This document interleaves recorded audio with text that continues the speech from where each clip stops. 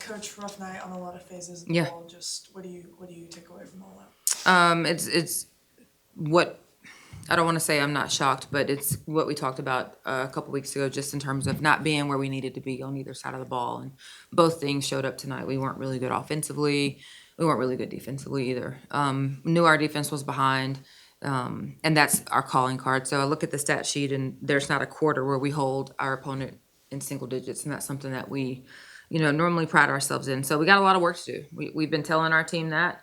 It's unfortunate that they learned that lesson in this kind of way. Let's give Royce credit. They came out and attacked us from tip. This team was an NCAA tournament team last year, and they came out with that type of confidence. And we just continued to, even when we got the lead, turn it over, not get a rebound, not box out, not get checked up. We just have a lot of work to do.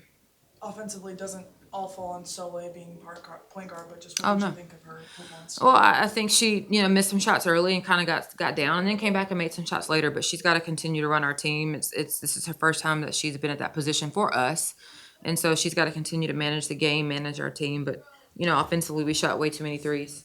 3 for 25 is not who we are. It's not who we're going to be. It's not who we have been. And I thought we settled for the three way too much tonight. Do you feel like with the threes, there was some settling for some of the bad shots, but then there were other times where maybe there were open threes available, but they were passing up, kind of like taking the wrong threes and not taking the other? Well, absolutely. And some people were open for a reason, right? But I think what the stat to look at is Lauren Ware's 2 for 4. Jada Malone's 5 for 9, 11 points. Every time they got it down there, especially Jada, she scored or she got fouled. We've got to get the ball. We got to play inside out. The ball's got to go inside more.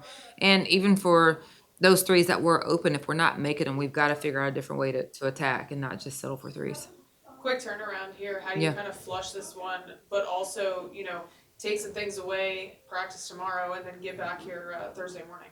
Well, we've got to learn from this. We've got to get back tomorrow, watch film on it, make the corrections we need to make. We're not going to get everything fixed tomorrow, but there's some low-hanging fruit things that we've got to get taken care of. I don't know how many times defensively we weren't checked up in transition. We're not talking. 2 people are running to the same man. We've got to get those things figured out. We have an early game Thursday morning. UTSA is really, really talented. They're tough. They're athletic. They've got some really good players, and so we're going to have our hands full.